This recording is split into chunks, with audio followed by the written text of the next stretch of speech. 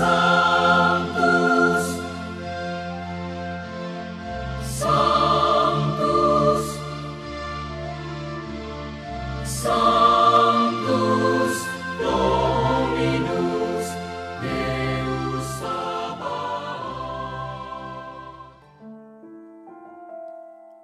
Bapak, Ibu, dan saudara-saudariku yang terkasih dalam Tuhan kita Yesus Kristus, salam sejahtera untuk kita semua. Berkat Allah yang Maha Kuasa senantiasa menyertai kita. Marilah kita mendengarkan dan merenungkan bacaan-bacaan kitab suci hari Jumat tanggal 25 November tahun 2022. Bacaan pertama dari kitab Wahyu pasal 20 ayat 1 sampai 4, dilanjutkan dengan ayat 11 sampai pasal 21 ayat 2. Lalu aku melihat seorang malaikat turun dari sorga, memegang anak kunci jurang maut dan suatu rantai besar di tangannya. Ia menangkap naga, si ular tua itu, yaitu iblis dan Satan. Dan ia mengikatnya 1000 tahun lamanya, lalu melemparkannya ke dalam jurang maut dan menutup jurang maut itu dan memeteraikannya di atasnya, supaya ia jangan lagi menyesatkan bangsa-bangsa sebelum berakhir masa 1000 tahun itu. Kemudian daripada itu, ia akan dilepaskan untuk sedikit waktu lamanya. Lalu aku melihat tahta-tahta dan orang-orang yang duduk di atasnya. Kepada mereka diserahkan kuasa untuk menghakimi. Aku juga melihat jiwa-jiwa mereka yang telah dipenggal kepalanya karena kesaksian tentang Yesus dan karena firman Allah, yang tidak menyembah binatang itu dan patungnya, dan yang tidak juga menerima tandanya pada dahi dan tangan mereka. Dan mereka hidup kembali dan memerintah sebagai raja bersama-sama dengan Kristus untuk masa 1000 tahun. Lalu aku melihat suatu tahta putih yang besar dan Dia yang duduk di atasnya. Dari hadapannya lenyaplah bumi dan langit, dan tidak ditemukan lagi tempatnya. Dan aku melihat orang-orang mati, besar dan kecil, berdiri di depan tahta itu. Lalu dibuka semua kitab, dan dibuka juga sebuah kitab lain, yaitu kitab kehidupan. Dan orang-orang mati dihakimi menurut perbuatan mereka, berdasarkan apa yang ada tertulis di dalam kitab-kitab itu. Maka laut menyerahkan orang-orang mati yang ada di dalamnya, dan maut dan kerajaan maut menyerahkan orang-orang mati yang ada di dalamnya, dan mereka dihakimi masing-masing menurut perbuatannya. Lalu maut dan kerajaan maut itu dilemparkanlah ke dalam lautan api. Itulah kematian yang kedua, lautan api. Dan setiap orang yang tidak ditemukan namanya tertulis di dalam kitab kehidupan itu, ia dilemparkan ke dalam lautan api itu. Lalu aku melihat langit yang baru dan bumi yang baru, sebab langit yang pertama dan bumi yang pertama telah berlalu, dan laut pun tidak ada lagi.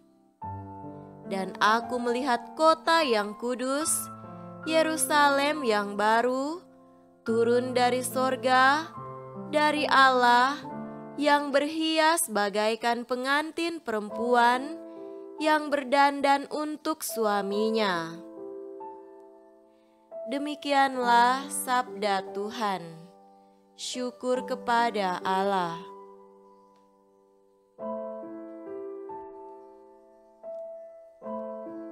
Semoga Tuhan beserta kita sekarang dan selama-lamanya. Inilah Injil suci menurut Lukas. Dimuliakanlah Tuhan. Injil Lukas pasal 21 ayat 29 sampai 33. Lalu Yesus mengatakan perumpamaan ini kepada mereka. Perhatikanlah pohon ara atau pohon apa saja. Apabila kamu melihat pohon-pohon itu sudah bertunas, kamu tahu dengan sendirinya bahwa musim panas sudah dekat.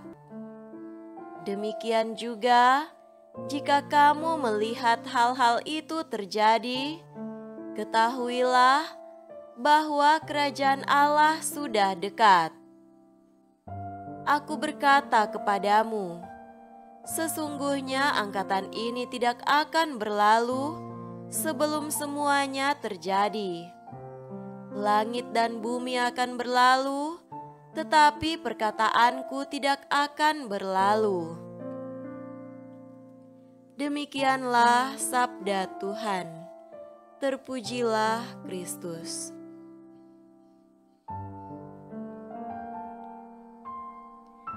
Saudara-saudariku yang terkasih dalam Tuhan kita Yesus Kristus, tema renungan kita pada hari ini adalah peka terhadap tanda-tanda zaman. Ketika orkestra suara Tonggeret mulai terdengar nyaring, orang akan tahu bahwa musim kemarau akan segera tiba. Munculnya serangga dengan suara nyaring itu menjadi pertanda peralihan musim. Peralihan musim juga nampak pada pepohonan seperti yang ditunjuk oleh Yesus dalam Injil hari ini. Perhatikan pohon bertunas, kamu tahu dengan sendirinya bahwa musim panas sudah dekat. Melalui perumpamaan pendek tentang pohon ara itu, Yesus mengajak pendengarnya untuk peka melihat tanda-tanda dan mempunyai akal sehat untuk bersiap. Tanda-tanda itu menunjukkan kedatangan, kehadiran dan kuasa kerajaan Allah. Kepekaan untuk membaca tanda-tanda itu penting di saat ini. Kita terus-menerus ditantang untuk peka terhadap tanda-tanda zaman, karena saat ini orang-orang telah mengalami disorientasi tentang apa yang sebenarnya penting dalam hidup. Tuhan terus-menerus mengungkapkan rencana ilahinya dalam kehidupan kita sehari-hari. Yang kita butuhkan hanyalah melihat segala sesuatu dengan mata iman. Sedih untuk mengatakan, persepsi kita sebagian besar menjadi kabur dengan harta dan keinginan kita. Kita telah disibukkan dengan dan diliputi oleh apa yang ditawarkan dunia kepada kita, menciptakan distorsi dalam kesadaran rohani kita. Untuk memahami kehendak Bapa, Yesus mengajar murid-muridnya untuk peka terhadap kenyataan di sekitar mereka, suatu tindakan yang cukup mendasar dan praktis. Tuhan pun berbicara kepada kita setiap saat sepanjang hari melalui kata-kata hangat dan doa dari seseorang yang peduli kepada kita, melalui orang asing yang kita temui, melalui begitu banyak peristiwa hidup. Sayangnya, kehadiran Tuhan di mana-mana tidak kita rasakan mungkin karena kita tidak meluangkan cukup waktu baginya. Banyak dari kita menghabiskan waktu berjam-jam di depan televisi dan browsing internet di handphone, tetapi tidak bisa meluangkan waktu 1 menit untuk berdoa. Sangat ironis untuk menyadari bahwa Tuhan telah memberi kita 168 jam setiap minggu. Tetapi beberapa dari kita bahkan tidak mau memberi Yesus 1 jam pun selama Ekaristi Kudus hari Minggu. Hidup hanya sekali. Kita tidak boleh menyia-nyiakan waktu kita, tetapi maksimalkan pada hal yang paling penting. Semoga demikian. Amin.